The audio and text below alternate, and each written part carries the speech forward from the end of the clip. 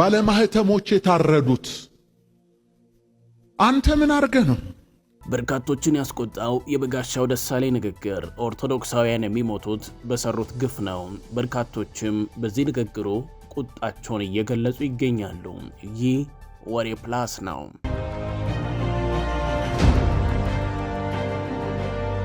ኦርቶዶክሳውያን የሚሞቱት ትላንትና አባቶቻቸው በሰሩት ግፍ ነው። ይህንን ያለው በጋሻው ደሳለኝ ነው። የንግግሩ በርካቶችን አስቆጥቷል። በማህበራዊ ትስስር ገጾች በርካቶች እየጻፉበት ይገኛሉ።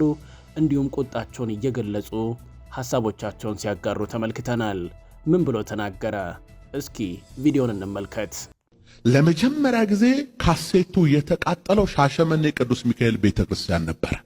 ታስታውሱ ሰዎች፣ ዘመን ጠበቀ፣ እግዚአብሔር ጊዜ ጠበቀ። ሻሸመኔ ለኮሳት።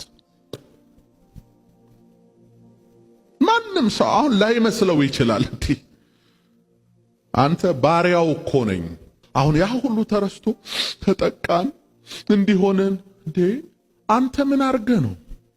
ባለማህተሞች የታረዱት አንተ ምን አርገህ ነው? ቄሱ የታረደው አንተ ምን አርገህ ነው?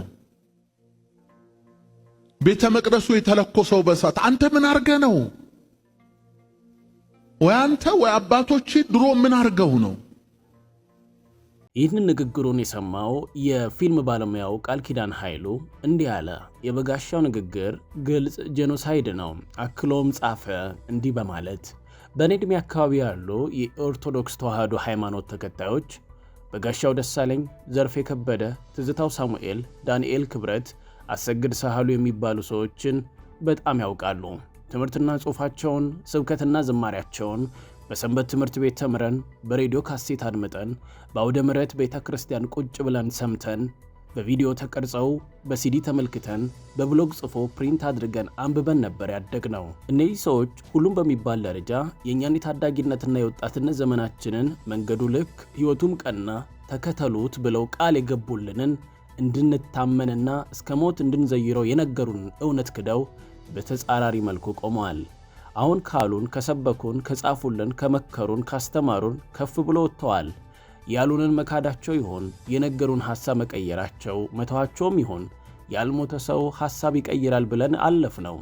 ግን የበጋሻውን የሰሞኑ ንግግር ላልፎ አልቻልኩም። ደግሞም ሰሞኑን የቀደመው ፍቅርን ትተሃልና የምነክፍብህ ነገር አለኝ የራእየ ዮሐንስ ምዕራፍ 2 ቁጥር 4 መሠረት አድርጎ የሰበከውን ቁጥር 1 ስብከቱን እየሰማው ነበር።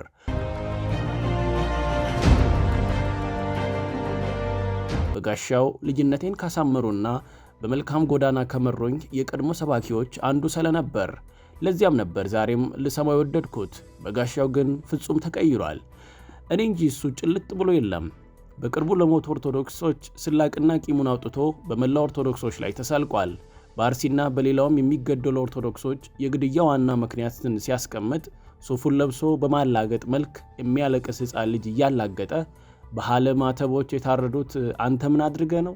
ቄሱ የታረደው አንተ ምን አድርገ ነው? ቤተ መቅደሱ በእሳት የተለኮሰው ወይ አንተ ወይ አባቶች ድሮ ምን አድርገው ነው? ሁሌ ተበዳይ አድርጎ ራስን ማቅረብ ልክ አይደለም እያለ በስሜት የኦርቶዶክሶች ሞት፣ እንግልት፣ መከራና ስቃይ ልክነቱን ያሳየናል።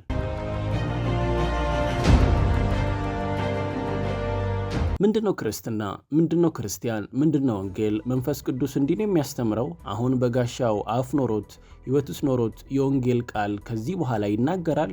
መናገሩንስ ይናገር። ሰሚዎቹ፣ አድማጮቹ፣ ምዕመኖቹስ ደህና ናቸው? የማቴዎስ ወንጌል ቁጥር 5 ከ44 እስከ 45 ላይ ያለውን እኔ ግን እላችኋለሁ በሰማያት ላለው አባታችሁ ልጆች ትሆኑ ዘንድ ጠላቶቻችሁን ውደዱ፣ የሚረግሟችሁን መርቁ፣ ለሚጠሏቸውን መልካም አድርጉ፣ ስለሚያሳድዷችሁም ጸልዩ።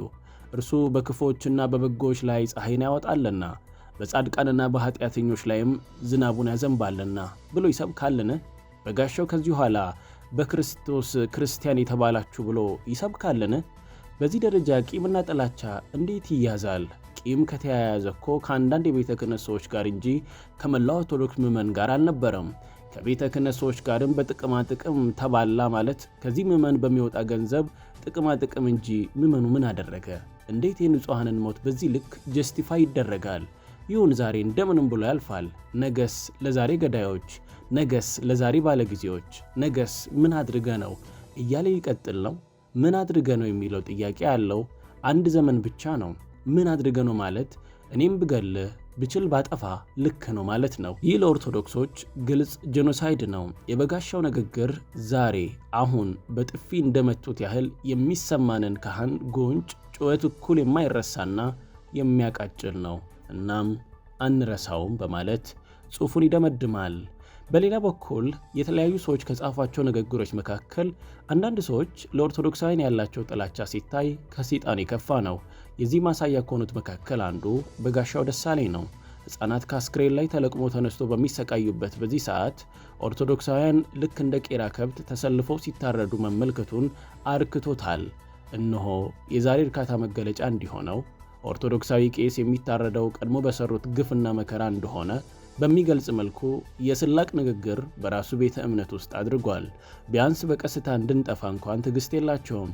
የውሸት እያከበሩን የእውነት መናቃቸውን በደንብ እያሳዩን ነው። ለማን በሕግ አምላክ እንበል? ኩና ደመላሽ ካሳዬ አርባ ምንጭ የጻፈው ጽሑፍ ነው።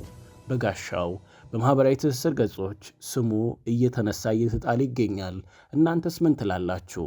ይህ ወሬ ፕላስ ነው።